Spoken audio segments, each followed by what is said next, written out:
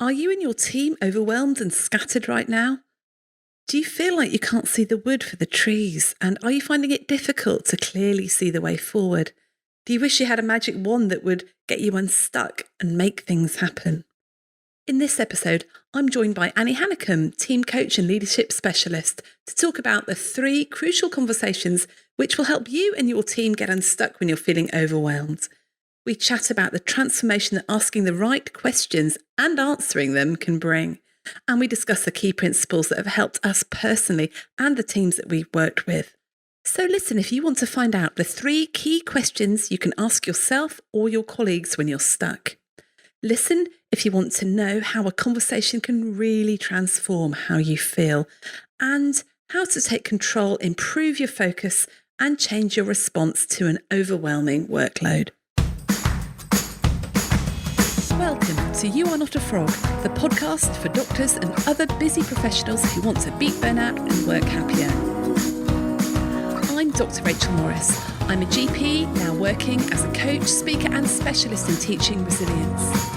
Even before the coronavirus crisis, we were facing unprecedented levels of burnout. We have been described as frogs in a pan of slowly boiling water. We hardly noticed the extra long days becoming the norm and have got used to feeling stressed and exhausted. Let's face it, frogs generally only have 2 options: stay in the pan and be boiled alive, or jump out of the pan and leave. But you are not a frog, and that's where this podcast comes in. It is possible to craft your work and life so that you can thrive even in difficult circumstances. And if you're happier at work, you'll simply do a better job. In this podcast, I'll be inviting you inside the minds of friends, colleagues and experts, all who have an interesting take on this, so that together we can take back control and love what we do again. We're delighted to announce that the doors to our Resilient Team Academy online membership are now open until the 3rd of November only. By joining our community of busy leaders in health and social care, you'll get the Shapes Toolkit core training. You'll get monthly webinars, which you can join live or watch in your own time. You'll get bite-sized videos and team resilience building activities, plus coaching demos and much more. The Resilient Team Academy will give you simple tools so that you can support your team for resilience, productivity and well-being, help them deal with the overwhelm, and get you a happy and thriving team without burning out yourself. You can join individually, or we have special deals for organisations such as PCNs.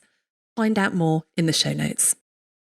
So it's really wonderful to have with me back on the podcast today, Hanekom. Hi, Annie. Hi, so lovely to be back. Thank you for inviting me again. Now, those of you that haven't met Annie before, Annie is a team coach. She's a leadership specialist and she co-hosts the Resilient Team Academy with me. So it's a great pleasure to be working with you, Annie. And I wanted to get you back on the podcast because we've been talking a lot recently in the Resilient Team Academy about conversations, haven't we? Yeah, we have. And in fact, it's an interesting one where the nature of conversations seems to have shifted in people's minds. And so I know, Rachel, you and I have spoken about that. So indeed, it does feel like a really relevant space to be focusing in on because it's so simple, we almost overlook it. Yeah, because we were saying earlier, sort of, what is leadership? Well, leadership is about the people that you're leading, which is about relationships. And how do you do relationships? Well, it's conversations, isn't it? Yeah, I mean, it's so often you hear people saying, yeah, I just had a really rubbish conversation with my husband or with my partner or with my, boss.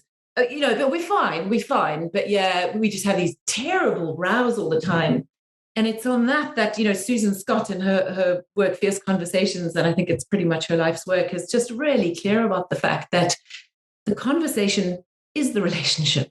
And so the quality of our conversations really do matter.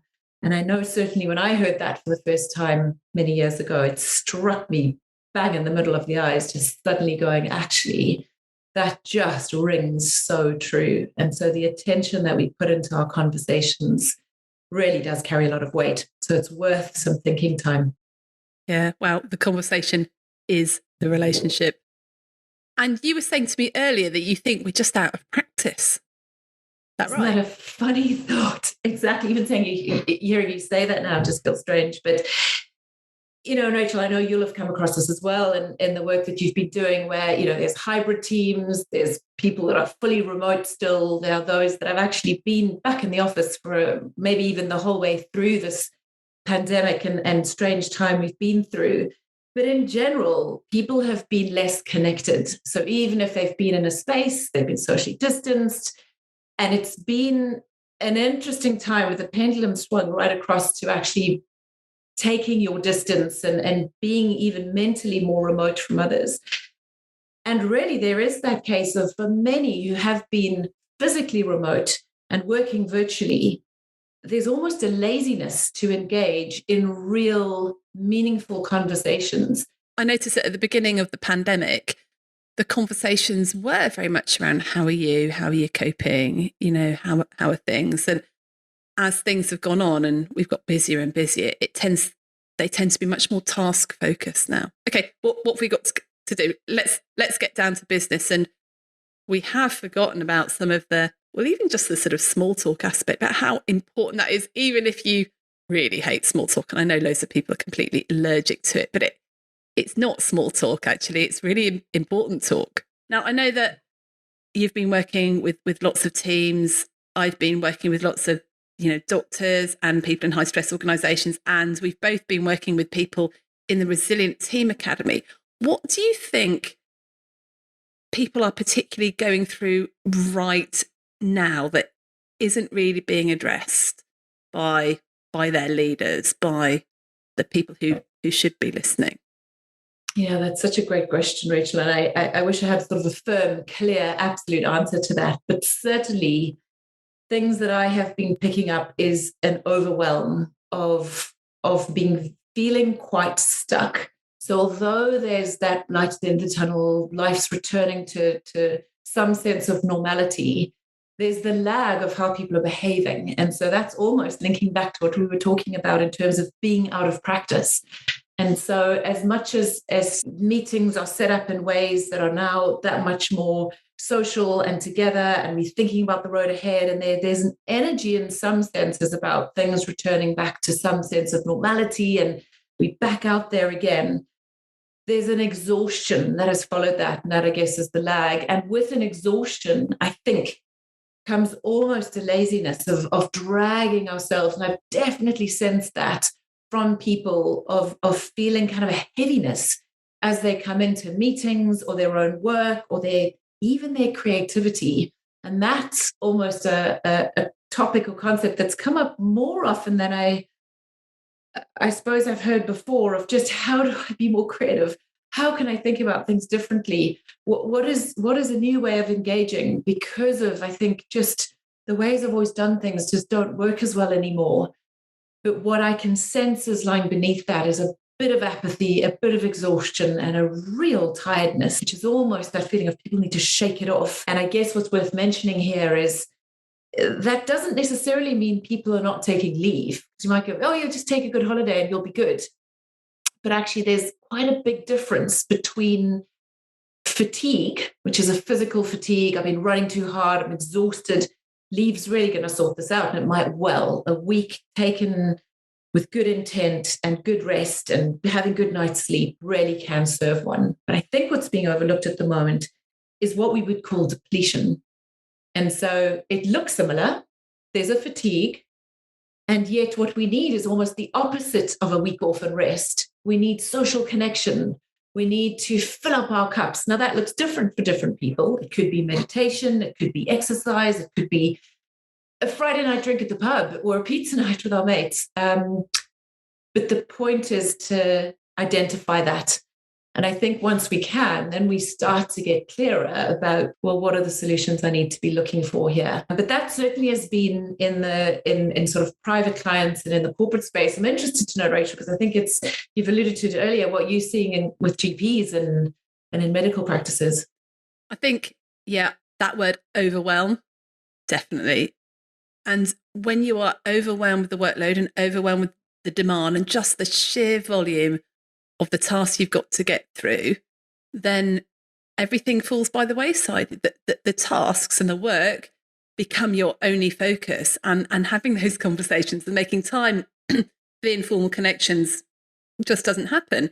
And so people feel really, really isolated. That and the fact that they are often just stuck in a room doing stuff virtually or semi-virtually, seeing a few patients, or then being on calls, and then the meetings rather than face-to-face often are virtual. Or if they are face-to-face, people are so busy that they haven't got time to hang around. And every minute you spend in a meeting or a conversation seems a minute when you could actually be getting on with your tasks. And so it's no wonder nobody can be creative, right? Because very difficult to be creative when you know that there's so much stuff you need to do. And that in itself puts you into your stress zone, into your fight, flight, freeze zone. You go into your sympathetic zone, adrenaline goes around, the heartbeat goes up, and you can't really think creatively. So I think that's what I've seen. And this isolation, which absolutely leads to depletion. It's not just the volume of work and having to work hard and going to bed late that makes you tired. It's this depletion. So I know me and you have been talking a lot about this depletion and what people can do about it. And I think we've sort of come up with three main questions you can either ask yourself, or conversations that you could have one-to-one with a colleague or with your team, which I think are just going to help people get a little bit unstuck when they are feeling like this. And they're based on some of the Shapes toolkit, which we use in all the training, and particularly in the Resilient Team Academy as well. And so just wanted to talk about these on the podcast because for me, I think they are a way to start to deal with the overwhelm and then get a little bit underneath it and work out what's going on. And the first one, really, the first conversation to have with people when people are feeling stuck is what's in your control? What can you do about this? So why is that such an important one to start off with? It's such an interesting one, Rachel, and it's one that is so deceptively simple and yet has such enormous impact. And it gets me every time when not only I see that in others, but I revisit that concept myself. And I think the power in it is almost the relief when people go, wow, there are elements that I can just let go. I can just let go of. And that concept of letting go mentally is such an enormous one, to allowing people that mental freedom of I don't have to carry it all.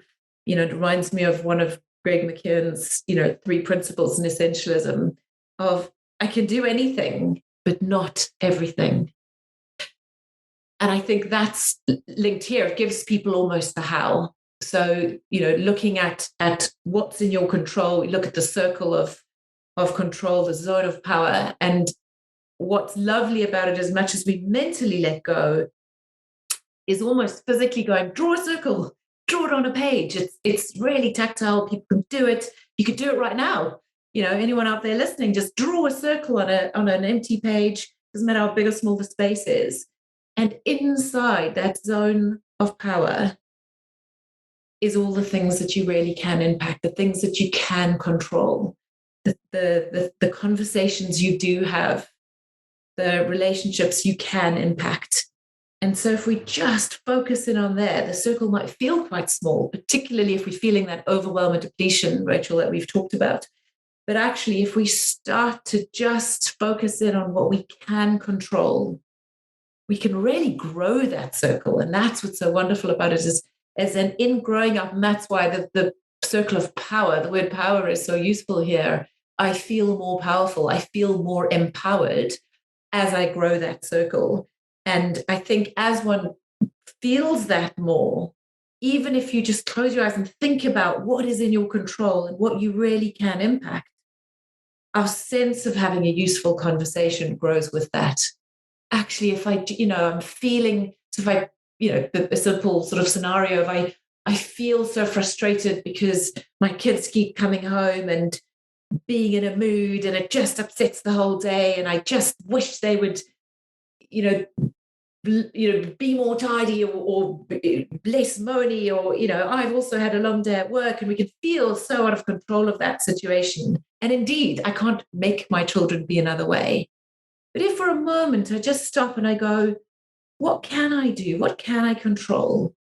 well, I can control myself and I can just put a lid on any frustration I might be feeling. I'm not saying I'm not frustrated, but I don't have to let it all out. I can control that. I could then have a conversation with one of my kids and just really connect in, just slow things down, change the environment we're in, possibly take a walk down. I need to go buy some flour. Maybe I'll, take them with me. Yes, I can control that. And slowly we start to create the environment, the tone of the conversation, the way in which we engage with someone. I haven't changed the whole scenario, but I've certainly started to engage in a way that actually could have an impact on how I'm feeling about it in general. And so, that's a very simple little scenario, but you can think of that in terms of your patients. You can think of that in terms of your colleagues or a client who's losing the plot. That actually, as much as we get wrapped up into that space, particularly when we're feeling this fatigue that's all around us, is that we really can step into that control, into that feeling of, I have more power than I might have thought I do initially. So simple concept, but can have a huge knock-on effect, I think. Yeah, and for me, this concept of the zone of power, what can I control? And if anyone's listening, not entirely clear about how you do this, literally get a bit of A4 paper and draw a circle in the middle. The circle is all those things that you can control, that are in your control, which is basically what you do, what you say, how you organise your life, etc., etc. And then there's stuff outside which you can't control, which is basically other people and coronavirus and patient demand, all those sorts of things. For me, the really helpful thing about this is actually recognising what's outside that circle, because it's so overwhelming. And that's where the overwhelm comes, when you start to feel responsible for the stuff outside the circle, yet there's nothing you can do about it. And the Serenity Prayer talks about being granted the courage to change what's in your control, and the serenity to accept that stuff that you can't change, that's outside your control. I do remember a while back when I was trying to set up a course, and I felt that I hadn't been given enough time to do it, or enough people to help, or enough resources. And I went to see my boss going, oh, well, I'm really stressed. What am I supposed to do? And he just said to me, what can you do with what you do have? And I went, well, I can do this, this, and this. He said, brilliant, go and do that. And it's like you said, I felt the weight dropping off my shoulders. It's like, yeah, I can do that, and I'm in control of that. And so you do feel much more powerful. Now, for me, it was just then shedding what I couldn't control, just dropping it. Now, that can feel a bit uncomfortable sometimes, because there are some things that we wish we could, but you're then fighting reality. And if you fight reality 100% of the time, reality is going to win. So that acceptance that all that stuff outside my circle. And interestingly, I was listening to a couple of podcasts the other day. One was about stuff that someone was doing and the changes they could make and giving tips and stuff. And I listened to that, thought, yeah, that's really great, felt really energized. Another podcast I was listening to, basically at the end of it, there was 10 minutes of the host whinging about how dreadful things were, and about what was happening, and about all that demand out there, and how things needed to change and things needed to happen, and the government should do something and someone should do something. And at the end of it, I felt completely depleted and really depressed, and thought, yeah, that is the difference between focusing on what we can control and focusing on what we can't control. And so it's a good way, isn't it, to get unstuck when you are feeling a bit depleted. It is. And I think it's also worth mentioning that the stuckness in feeling like, oh, I just can't do anything about that, is overwhelming. But it's also because we've worked out in our heads how we would want to try and control it, or how we would want to impact or shift it. And what invariably or often does happen when we just focus in on that zone of power, that space that we really can control, we end up impacting those things we thought we couldn't control, but in a completely different way, by just showing up in a different mindset or having a conversation with someone, and they're able to impact it quite directly. And so that's the power of just focusing on those things that we really can control, and just trusting the process, trusting ourselves in that. You also mentioned creativity earlier, Annie. I think it's much easier to be creative when you're in your zone of power. So another question you could ask, once you've said what's in your control, very simply, what else? What else is there? Are there things you've not yet thought of? just make a massive long list. Doesn't mean you have to do them, but there may well be things that you've thought of now that you hadn't thought of before. And that's when you can start to be creative and just think of different options. And this leads us quite nicely to the next conversation, the next question, because we've talked about focusing on what is in your control. Well, the next question when people are feeling overwhelmed is quite simply, where is your focus? What are you focusing on? And we're talking quite specifically now about prioritization and tasks. So how does this work in terms of getting over the overwhelm? Yeah, and so here we'd look at the kind of prioritization grid, and I think many people are familiar with the kind of the grid working with what's important and what's urgent. And even as we've been talking, and that's the introduction here of what people are facing and what our current environment looks like, the busyness is often driven by an internal sense of urgency and really feeling that there's just more and more and more I need to achieve, and more I need to do, and demands on my time, and the busyness of my calendar and my diary, and patient demands and all of that just doesn't seem to stop. And so again, we can't slow all of that down, but what we can do is just step back. I think it's so important in the space of prioritizing, and what we're focusing on is just to get a sense of, well, hang on, let me just get a handle on where I am with this. And so we look at, well, are the things that I'm focusing on here only of an urgent nature, or are they also in the important camp? Are they things that are really driving me forward towards those things that really matter? Am I serving people in the best possible way? And am I staying focused on that? We can get so caught in the treadmill of urgency, and I actually call it the urgency trap, that although we might be doing those things that are both urgent and important and really are linked to our roles, our KPIs, and it's serving people in the best possible way, when we get stuck there and we don't step back and just catch ourselves to see that we are really doing the work that is over the longer term really of service, and that we're in the best state to be doing that, we can start dropping into kind of the less important things. They might be serving someone else, but in an area of work that's not your expertise, or, you just be used as a pack horse almost, to just be the hands that anybody could be learning and growing from. But actually your expertise is being wasted because you're doing stuff that's not serving your area of expertise, or your KPIs or goals, or the patients that are needing you specifically in that area. And so what's really important about using the prioritization grid is allowing for that discernment to actually go, where am I focusing? And am I just caught in a sort of speed mill here where I'm just doing, but not asking the question of, is this serving the needs that I am committed to, the goals I have, and for those that I'm doing my work for and with? So then in a nutshell is kind of how I would at a high level talk about the grid. Yeah, now I know that you've talked before about this, the good feelings that doing the urgent stuff all the time produces. And that was interesting to me, because I thought, oh no, I hate feeling really overwhelmed and just working on the urgent stuff. But actually, that was very insightful. How does it make us feel when we're doing that urgent stuff?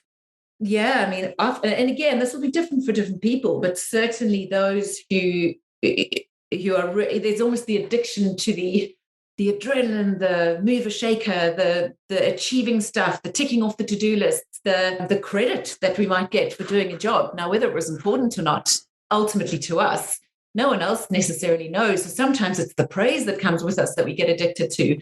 And they could be different things for different people. I almost want to say, sadly, we build up a fitness in this. And so we get quite good at being busy, and we feel important, and we feel like we're really achieving stuff. And so almost part of our self-worth can get attached to how busy we are, how busy we seem to be. And don't get me wrong, absolutely, there are some good endorphins there, I think. And actually medically, Rachel, you can speak to this more accurately than I can. But certainly there are those feel-good factors of I'm busy and I'm achieving stuff and my work matters and I'm of value. Now, the challenge is that absolutely works and holds in the short term. But if we consistently only hold in view the short term, what we're not holding in view is the longer term impact of that.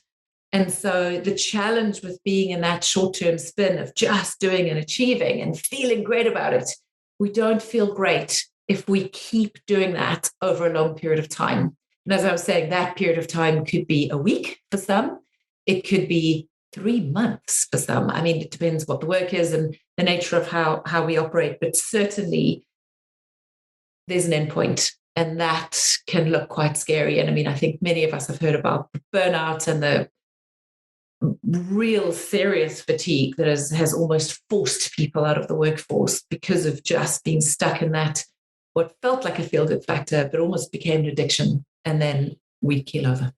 Yeah. And then you get the flip side. You then start to feel a little bit guilty if you then are focusing on the important projects that aren't necessarily urgent. I mean, I know this morning I tried to shut all my stuff down and just work on these important things I needed, but I knew there were these other stuff calling me and I felt like, oh no, I should be doing the other stuff.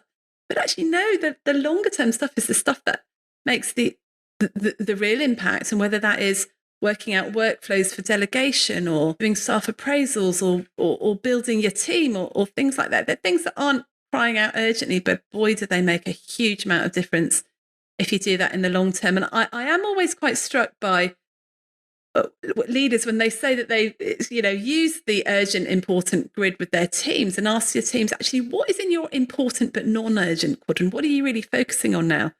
How people have got completely different ideas about what they should be focusing on. And I don't think we're having that conversation with each other enough, i.e., what are you focusing on right now? What is the really important thing for this team? And maybe one person thinks it's this, one person thinks it's that, one person thinks it's the other thing. And we get completely scattered. I was talking, and I can't remember who I was talking to, a leader the other day, and she's very creative. And she'd come up with, when she was talking to one of her team members, she'd come up with all these amazing ideas. And then the team member would go away thinking that they had to do it all.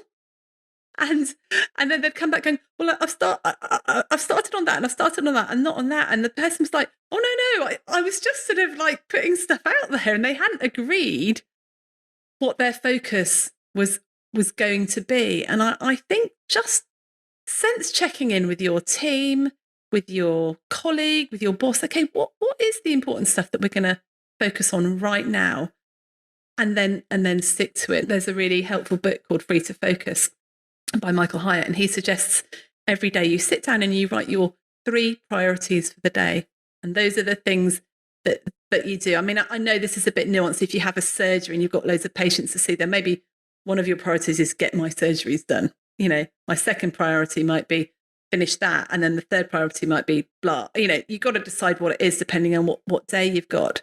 But then you don't just do that for the day, you do that for the week, you do that for the month, and even for the year. For this year, my 3 priorities are blah, blah, blah. I remember this time last year, it was working out with my daughter where she was going to go to sixth form. That was a priority for the family that we were thinking about. So just even writing those down and getting that straight in your head can just help some of the other stuff drop away, perhaps. Well, I think what's very important to recognize, Rachel, is that you're not doing one at the exclusion of, you're not doing the important stuff at the exclusion of the urgent and important stuff.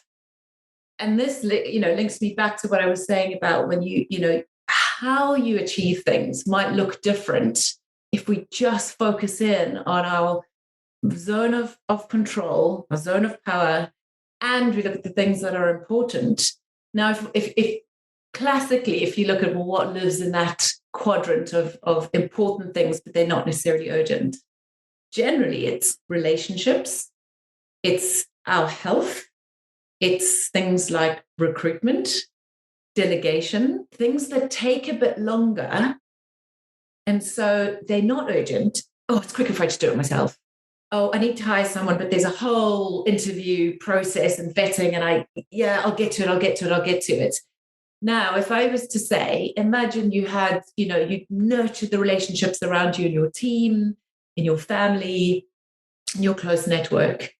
You'd hired that extra person that you knew would really help you out in your work.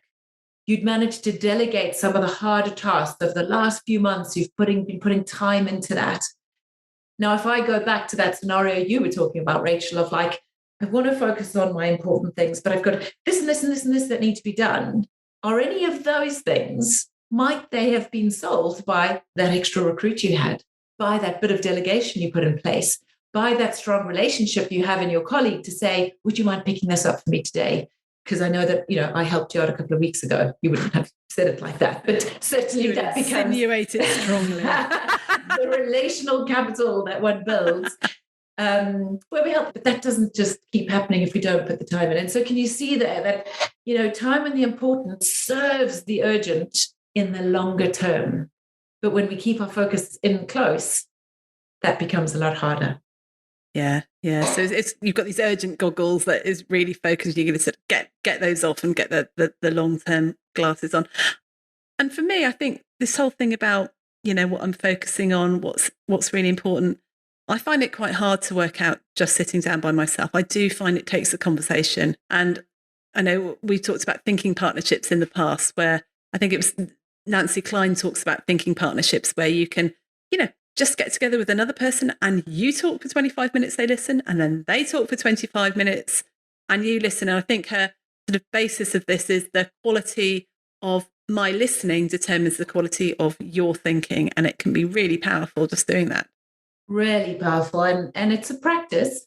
So what I will say is it carries enormous power and insight, and it's almost a gift to yourself, but you've got to allocate the time. So that's the first trick, is put the time in. Don't kind of go, oh, Rachel, we've got a meeting. Should we use 25 minutes each way? It's like, oh, no, but we've got so much we need to cover. You've got to come in knowing that's what you're going to do. So first of all, allocate the time.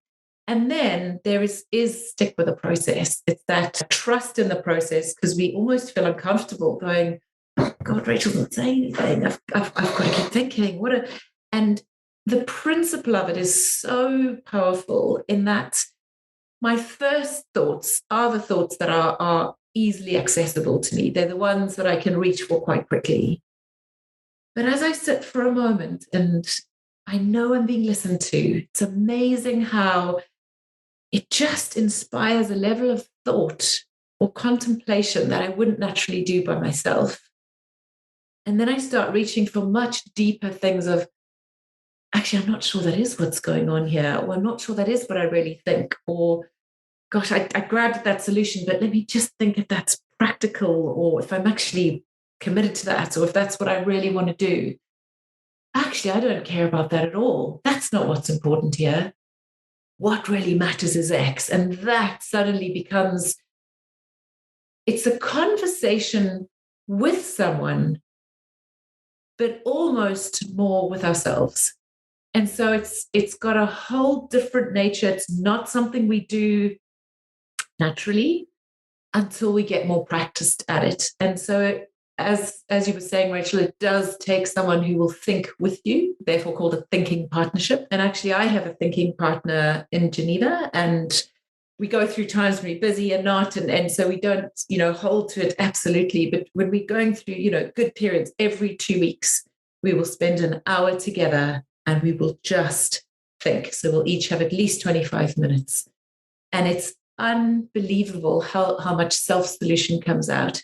And so this is one of the other powerful principles of a thinking partnership, is in our usual conversation. So Rachel, if I was having a conversation with you and you were trying to solve a conundrum, there's almost an arrogance in me that I feel I'm here to help you solve it. I'll come up with solutions. And you've got the conundrum.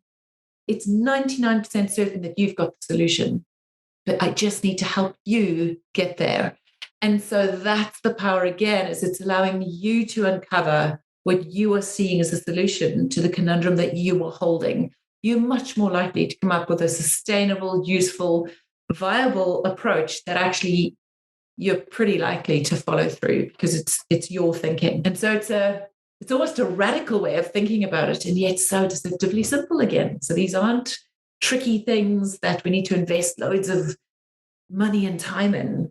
We have them available to us. We just need to make the commitment to give it time. One of the things I think that happens in these conversations is we start to uncover the stories that we're telling ourselves in our in our heads. And this is the third conversation that I think we need to be having with each other is, what story are you telling? Because a lot of the overwhelm, well, it's just work, isn't it? It's just things that are coming at us, but it's what we're telling ourselves about the work that's causing our stress. We might be telling ourselves, I'm never going to get this done, or this isn't fair. They shouldn't be demanding this of me, or I'm going to make a mistake and everything's going to go pear-shaped, or I cannot carry on like this. It's going to be awful. I should be dealing with everything on the day. They shouldn't be criticizing me, or, there's a lot of angst out there at the moment. It's really unfair what they're saying about GPs. And yet, yes, some of that might be true, but actually there's other things as well that are more true, particularly with the criticizing of GPs. I think why they're doing it, it's not because they are personally trying to get at you. It's because they're upset and angry about coronavirus, about what's happened nationally over the last 18 months. They might be upset that they can't get exactly what they want, met at exactly the time they want. That doesn't mean you're a bad doctor. All those different things. And the story we're telling ourselves is just such a powerful motivator or demotivator, isn't it? Yeah, I mean, I think, it's a sad reality that we almost wired to go there. It's in our human nature. And sadly, we can find so much evidence for the stories that we are telling ourselves. Oh, see, I knew they don't value me around here. And yep, they've just gone off and had lunch together and haven't invited me. So, yep, I knew it. It's absolutely true. I am not valued around here because they did it. And then I can find another 3 or 4 reasons why that is the case. And so it's a crazy twirl we can get into. And in fact, I've seen such a great antidote to it with 2 colleagues that I worked with. We worked very closely together. And actually, when this sort of concept of, gosh, there's a story in my head, maybe it's a story, maybe it's not reality, is they got into the habit of when they addressed each other and there was something that they were not happy about or were stuck on, they almost became unconscious of the fact, but the fact that they were starting the engagement by saying, so the story I'm telling myself is that you're not liking what I've done here, or this isn't a very good piece of work. And so the story I have of myself is that I'm underperforming here and this isn't going very well. Now, by just saying those words, the story I'm telling myself, we're already starting to do the work of, this might not be true. Not all stories are true. So that's the first part. And the second part is that the other person is not feeling attacked, going, you don't value my work. You don't think I'm underperforming. Actually, I've admitted it's my story. And they can go, oh, wow, that is so not how I see it. Or they could go, gosh, it's interesting you've got that story in your head. I did think it wasn't your best piece of work, but I certainly wouldn't say. And suddenly it's an easier conversation to engage in because we've just even used those words, the story I'm telling myself or the story in my head. Very powerful. Yeah. And the problem with a lot of the stories, like you said, we're wired to look for the negative because it's protective, right? When we were living in caves, it'd be quite protective to think, that person's coming towards me. They're not smiling. Therefore, they could be about to attack me with a club. So we tell ourselves that, so we're ready to run. Because these negative stories put us into, well, I call it being backed into the corner, into our fight, flight, or freeze zones where we've got the adrenaline going, where we're not thinking straight. It's very hard to be creative. Like you said before, we cannot be creative when we are in the corner in our fight, flight, or freeze zone, because quite literally the blood is drained from our brain and into our muscles so that we can run away. And so when we're feeling overwhelmed, the story is, I'm not good enough. I'm never going to get through this. This is never going to go away. It's always going to be like that. And actually stopping yourself and say, actually, working out what's true. I am good enough. Actually, nobody would really be able to cope with this level of work. I will do my best, and my best is good enough, and starting to get those things that are actually true helps you get out of your stress zone, helps you cope with the overwhelm more, and also then helps you say no a bit more as well. Because if you're telling yourself the story, I can't possibly say no to that person. They'll think I'm a bad person. They'll make a complaint, blah, blah, blah. Then you're never going to say no. You're going to keep your urgent goggles on and go for the short term and go for the route of least resistance. But in the long term, that's no good. If you change the story to the truth, which is it's okay to say no, they might get a bit hacked off in the short term, but long term, they'll understand. Then you'll be able to do that. And I guess the key to that sort of thing is buying yourself a little bit of time and space to be able to process those stories and the truth and what's actually true. But I think it's like you said, Annie, this gets really, really powerful when it's in the context of a conversation, whether either it's about something that's going on between us or it's about an issue, but you actually need to uncover that story and just getting someone else to feedback. I remember I was walking along with a friend recently. I was just telling her about something. She said, "Gosh, you're really angry about this, aren't you?" I was like, "Oh, that's interesting. I didn't know I was in the corner about it." And then I could say, "Okay, why am I angry?" Well, this is a story I have in my head, and let's check this out and see it. It was really, really helpful because I hadn't spotted that myself. Yeah, it's interesting, catching oneself. Again, language is so interesting when someone just throws it back at you. So that, as the power of observation, is massively useful. And as you were talking there, Rachel, what occurred to me, I know you and I have spoken about this, what also is so good, and I think, as you were saying, that catching ourselves or having someone just, almost stop us in our tracks. What's also useful in this scenario, because as we were saying, we can get spun around in story, our human nature is to go there, is also to just go, what is my intention for this conversation? What is it that I want to achieve in this powwow I might be having with my husband or my colleague or, with someone in the practice with me? What is it that I want to achieve? Because when we're in a place of stuck in a story of just wanting to lash out or feeling, out of control or stuck in urgency. So if you look at all of those scenarios that we've talked about, almost the downside of just feeling under the pressure of it all, if we can just stop and go, what is my intention for this engagement with my team or with this patient or with this person that I'm speaking with? What is it I want to achieve here? Because when we are under pressure and we've got so much going on, or we're stuck in a story about someone else or about ourselves, we can just want to lash out. And if we think about, well, if I'm lashing out, what's the intention there? And then quite quickly we can catch ourselves going, as much as it's tempting to want to give someone a piece of my mind and have them feel as bad as I'm feeling right now, that's not actually my intention. That's not really what I want to achieve here. I actually just want their help, or I would love to know if what I'm doing is on the right track, or I would love to just have a conversation that builds our relationship because actually we've been missing each other. And so if that's what my intention is, how do I go about this?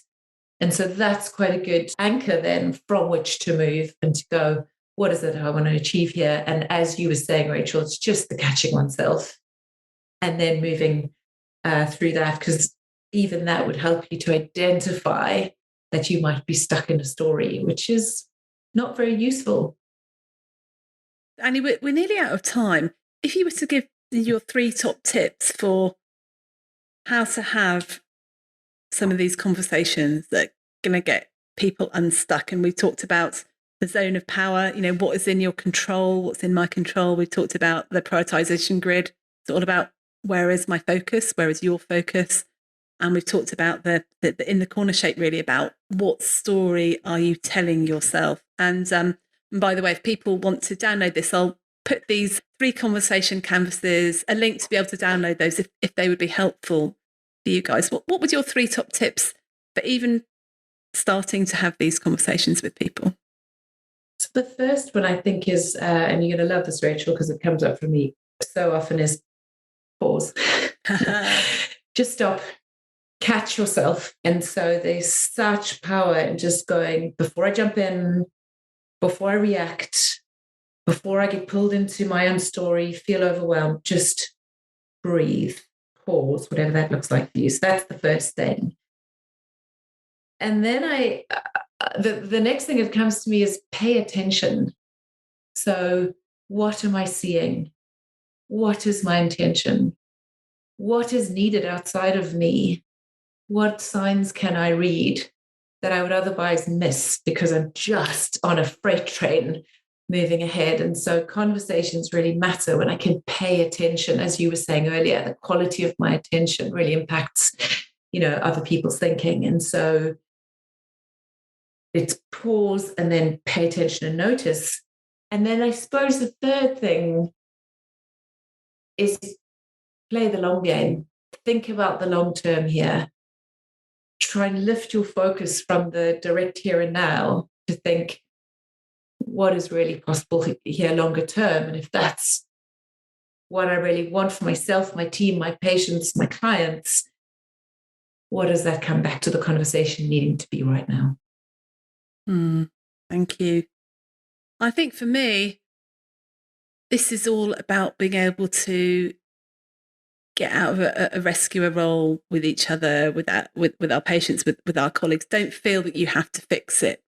And we talked about the drama triangle before in a podcast. People might want to go and listen to that one. But really, as leaders and doctors in health and social care, often we do feel the need to fix it for everybody. We feel that we're the only person that can do it. And in conversations, we feel the need to fix it for people as well. But actually, if you can get out of that rescue role and get more into I guess it's a coaching approach, isn't it? About listening and helping that person solve their issues as well. And so if anybody wants to learn a little bit more about the Shapes Toolkit and a little bit more about how they can get out of that rescue role with their teams, so they're not trying to do everything and fix everything, then Annie and I have a membership called the Resilient Team Academy. It's for busy leaders in health and social care. And in it, we teach the Shapes Toolkit core training. We also have monthly webinars where we do a deep dive into these things in much, much more detail, and people get the opportunity to interact as well. We provide little bite-sized videos and team building activities. We actually provide conversation starters for teams, and there's lots of other resources and bonus stuff and things like videos of coaching demos. And I think the main ethos really, Annie, is teaching people how to take that coaching approach so they don't feel overwhelmed and so that they can be better leaders. Absolutely. I mean, even if I was thinking about my sort of top three things, I was going, wow, that's what one needs in a coaching approach. Absolutely. And so I think what's wonderful to see is where coaching was kind of, those people who had the funds and the time and the inclination to do, 2, 3, 4 years of training, they did the coaching. But it's wonderful to see how that's just come right down to actually we all can do it. We all need to do it, is to take a more coaching approach. And so it's in the way that we have conversations. So absolutely so critical in all the conversations we have. Yeah. And we know that you guys are really, really busy. So this is all broken down in bite-sized chunks. There's different ways of consuming it. Either come to the live webinars, watch them, listen to them on audio, or just dip in and out when you need to. But all of these are just delivered into your inbox with no hassle for you. So if you're interested, do click on the link in the show notes, have a look. See what you think. We only open the doors to this membership twice a year so that we can take people through it. We'd love you to join us if you'd like to. So do check that out. So Annie, thank you so much for being on the podcast today. We're going to have to get you back. I'm thinking actually doing a little bit more of a longer one about the pause button. So I think the pause is so powerful. And of course, we'll put all the links about how you can find Annie, how you can get in touch with us. Everything will be in the show notes for you guys, as well as those 3 conversation canvases if you would like to have a look at them. Okay, we'll see you soon. Thanks, Annie. Bye. Thanks. Bye. Thanks for listening. If you've enjoyed this episode, then please share it with your friends and colleagues. Please subscribe to my You Are Not a Frog email list and subscribe to the podcast. And if you have enjoyed it, then please leave me a rating wherever you listen to your podcasts. So keep well, everyone. You're doing a great job. You got this.